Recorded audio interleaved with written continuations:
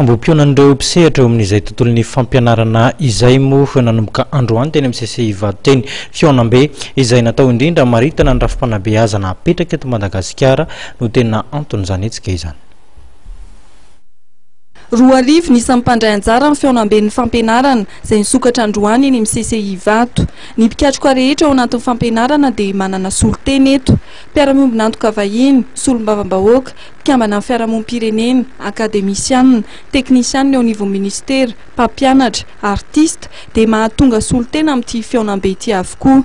Samy niraisan'ny rehetra hevitra ny fisian'ny lesiko abetsaka amin'ny rafim-pampianarana eto Madagasikara ary ilaina noho izany ny fitondrana fanarenana. Ny lesiko voalohany aloha dia système éducatif zany tsy mety satria tsy mifanaraka amin'ny zavatra ilaina satria ny manam-pahaizana dia tsy mahavita tena izay ny anankiray.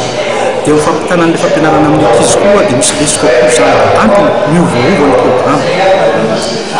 Manaraka an'izay eo amin'ny mpanabe koa zany mpanabe zany ny fifanana zany dia ohatran'ny ataon'ny fanjakana ohatran'ny ambany zavatra tatoato dia manana problème ny mpampianatra mampita an'izay zavatra zay dia tsy maintsy menjaka manokana zany ny mpampianatra manao an'izay karazana hoe fampifanana manokana ho an'ny tena zay zany ny zavatra mipetraka.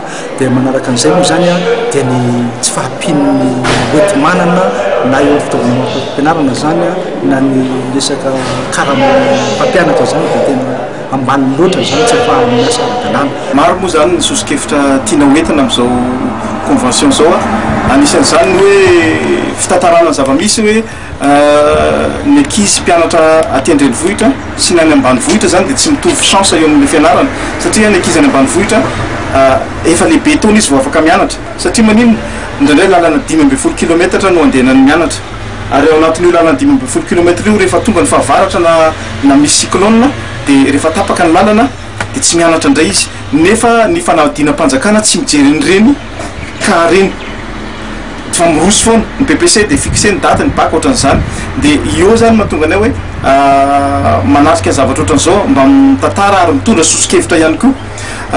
Ankoatran'izay ihany koa dia nisany zavatra hoe mba angatahana amin'izao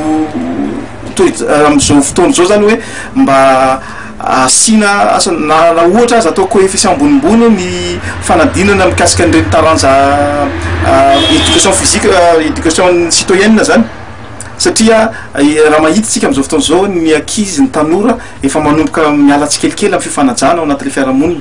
Natsoina izaratra ekefa ary hitondra sosokevitra ho fanatsarana amin'ny fanabeazana eto Madagasikara ao anatin'ity Fiaonambe ity ihany koa ireo mpanabe elanetezana. Anisany nandray anjara tao anatin'ny famelabelaran-kevitra androany ohatra ny mpanabe Ratrema William ary Mox Ramandimby Lahatra. Il est important de souligner que cette formation doit se faire à chaque niveau de l'administration territoriale, à savoir la région, le chef-lieu des ex-provinces.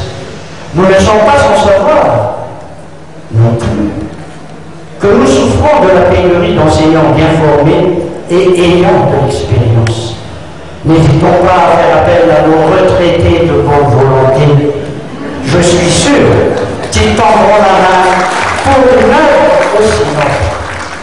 Loahevitra 5 lehibe ao anatin'izany ny kalitao fampianarana eo anatrehan'ny fanatontoloana ary ny fahaiza-mitantana no dinihana mandritra ny Fiaonamben'ny fampianarana eto amin'ny CCI Vato. Isan'ny fehi-kevitra iraisana izay ivoaka amin'ity diniko ity izay tsy farana raha tsy ny 10 volana Oktobra ho avy izao.